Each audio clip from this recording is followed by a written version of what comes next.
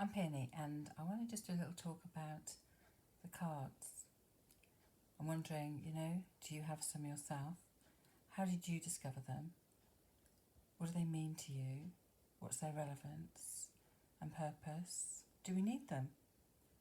There are many, many different ways that we can tune into ourselves, that we can kind of get messages and guidance. We literally just have to listen to ourselves and ask. Okay, so when I say this, we're divine beings. We're on our paths. We're on our unique individual paths, and each person will be guided in the way that's appropriate to them, and you'll find things when the time is right. The teacher will appear, they say, and indeed I found this true. And I'm going to focus here on these cards, the Healing with the Angel cards, an oracle deck that was created by Doreen Virtue and was my very first deck, not this particular box, but I actually went into a shop to get a card with the Archangel Raphael on, because friends had had a horrendous accident and I knew that was the healing angel. Alas, they didn't have one, but they said, we can show you an image of Raphael in here, and they showed me a box of angel cards, not that particular one. It was I think it was the messages from your angels, and I had no idea about angel cards. Seriously, I was in this shop looking for a card and I had no idea what angel cards were about. So yeah, I thought, wow, they look lovely, I'll buy them. So that is how I got my first deck of oracle cards, and how I started on my journey with discovering about the cards for myself. Nobody needs to be trained in using them. Seriously, nobody needs to be trained in using them. It's an intuitive way to actually, really be excited about something that looks beautiful, that you connect with, that you want to kind of be having an experience with. Okay, so there are many decks, from oracle cards to tarot cards to divination cards in one way or another, to affirmation cards. These cards here, the Power of Love activation cards by James Van Praagh. I've been fortunate and blessed to have met him, and he's got a powerful healing energy, and he works as a medium, but he's also guiding others and teaching and writing books.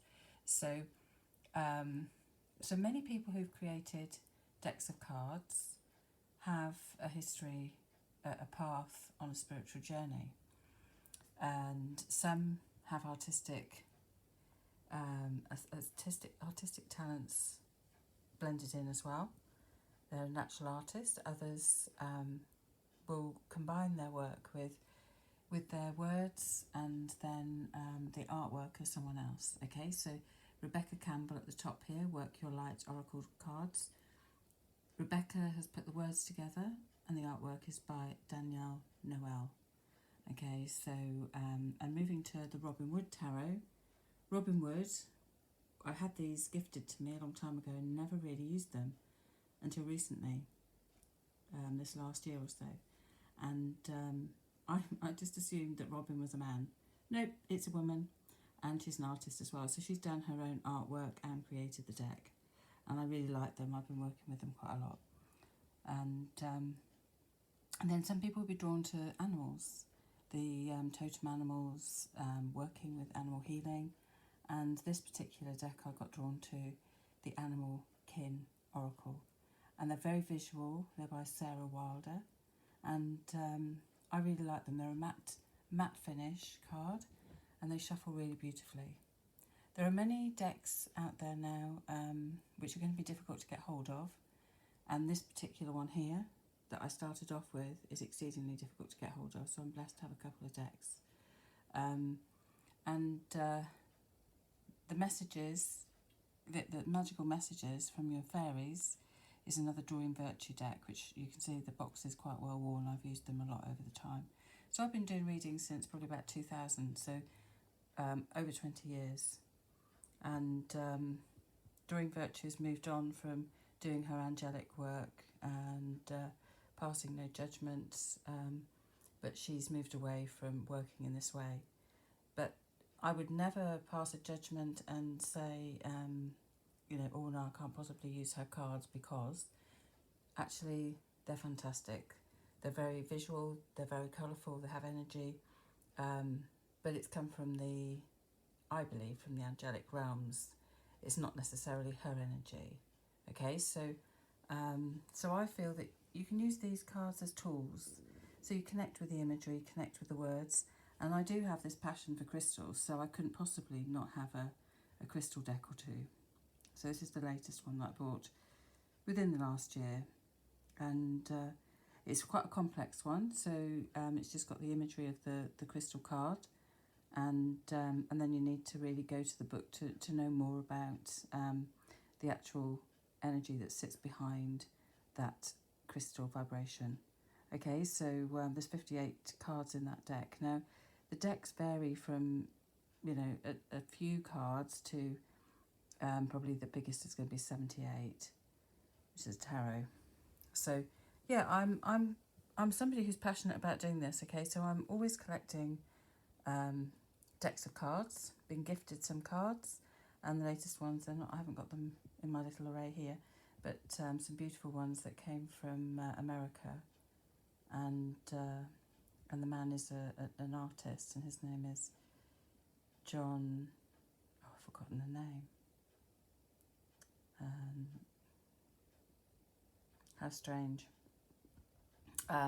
Anyway, I might have to just stop the video because of that, because I've got a faux pas going on. But in the meantime, before I do that, just because I believe everything that I create has a purpose, and so here we have, I'm just going to do this. I'm going to spread these angel cards. Okay, these are the Healing with Angel cards, and let's just take one. So what I would do when I first started with cards was I'd spread them out after shuffling them, and then I'd just go where I'm guided to. I might use my hand to sense, but I really want this one here. That one on the top is showing itself. I might have to turn two over. Okay, so this card is focus. So if you can see, the colours are very earthy, and the angel is distracted. And sometimes we can get hung up on a particular person. Why hasn't that person contacted us? Or we can, be wanting a particular thing. We might be wanting to move jobs. We might be wanting to have a particular possession. Like a new car or a new house or this kind of thing. And sometimes we can, or a classic is that two people are trying to make a baby, and the focus is all on that, and it doesn't happen. So what you do is you focus on the end game, on what you're wanting, not how you're going to get it. Okay, so distract yourself, boost your energy, get into nature, do things that you love, really be who you are, and just allow things to manifest in the right time. Okay, and this card comes up a lot with readings for relationships, and I always go to the fact that the word focus has us at the end of it. Okay, so for somebody to focus, if they're single, on being in an us, like we're together, and unity. Okay, so it's a very calm card. So there's no urgency, there's no desperation, but it's like a grounded card. So you need to be in alignment, you need to be feet firmly on the earth, and really knowing who you are, and really being happy with what you have, and being and expressing gratitude. Okay, so focus is focusing your attention in a way that actually is effortless, focusing and just knowing and believing in yourself, and that the universe has got your back, basically. And if we're giving our attention to something, so for instance, in a relationship, the first thing that will go, if it's going pear-shaped, is you won't get the attention from that person because they're not going to give it to you. They're distracted. Okay, so when we focus on something or someone, we give it love, we give it attention, we feed it, we nurture it, And so you know, focusing your attention on what you're ultimately wanting to offer up. You know, what do you want to be giving to a situation? Not just waiting to be spoon-fed or for somebody else to make a move or for that job to just arrive. You know, we need to focus on how we get there. So distraction, because the flowers are in the lap here, and she's not even looking at the flowers, but she's tending, she's holding, she's in touch with those flowers. Okay, so sometimes we can use crystals, we can use vision boards, these kind of things. So what we do with our hands, what we do to create, what we can do to add to the pot. All right, so that's enough, I think, on the focus card. But I do need to turn this other one over. I'm going to let those slide. This one on the top. Trusting. There we go. Look, truth and integrity. So this is coming up clearly because my guides, angels that are around me. You cannot do these readings without being very, very discerning, very much using your integrity, okay, and being true. So, for instance, if you get inspired thoughts to offer to someone, if you're doing a reading for someone, then you have to give it. Even if you don't question it, you give it because it's probably going to make sense to them, may not make sense to you. And then, in truth, you will always be at the right place at the right time. You'll be saying exactly what you need to be saying. And honesty truly is the best way forwards. Being true with yourself. What do you want? Who are you? What's your shadow side showing you? What do you need to be working on? And not trying to hide your authenticity. Okay? So integrity is being true, yes, but you're doing something for the greater good. You're doing it with unconditional love. You're not passing judgment. You've not got an underhandedness or what's the word? I can't think what it is. Ulterior motive, okay? You're doing it because you're using your integrity, and you are, if you're doing a reading for someone, you're aligning with the best possible outcome for that person. It's not about you, okay? So you have to lift yourself out of the situation. It can't be about what you feel about a situation or what your experience has been in a similar situation. You have to rise above it, okay? So integrity is always offering up something for the best intent and for that person or that situation, and not enlisting any underhandedness or ego or any of this. All right, so yes, I'm going to leave it on that, and I think that's a good card to end on, and it's very, very important because doing any kind of guidance, and I work in a professional way, and I've done many readings. It comes with responsibility. I don't take it lightly. All right, so I would be, the other thing I will say just before I finish is you must attend to your own energy levels. So getting enough fresh air, making sure that your energy field is clear, using crystals, using visualization, asking that cords are cut. If your energy is depleted because you're tired, then that's not the time to be offering yourself up to do guidance. And your guides will probably be right there with you and will kind of distract you and have you do something else, okay? It won't fit, you won't get... So, for instance, if I was to log on to the phone lines and I wasn't feeling 100%, my guides would not get me doing any work.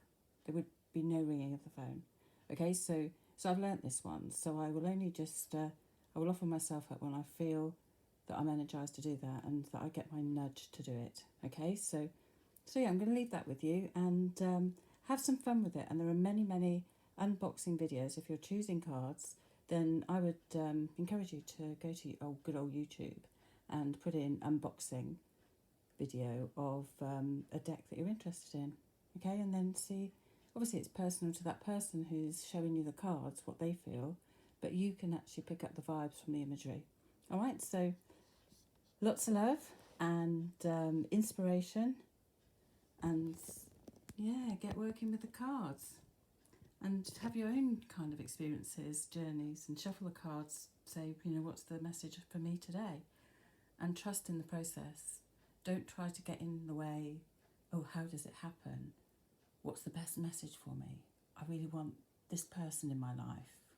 And just go with the ultimate, okay, which is listen and go where you're meant to be guided to. Okay, and do it with love. Hand yourself over and allow things to change up. Bye for now.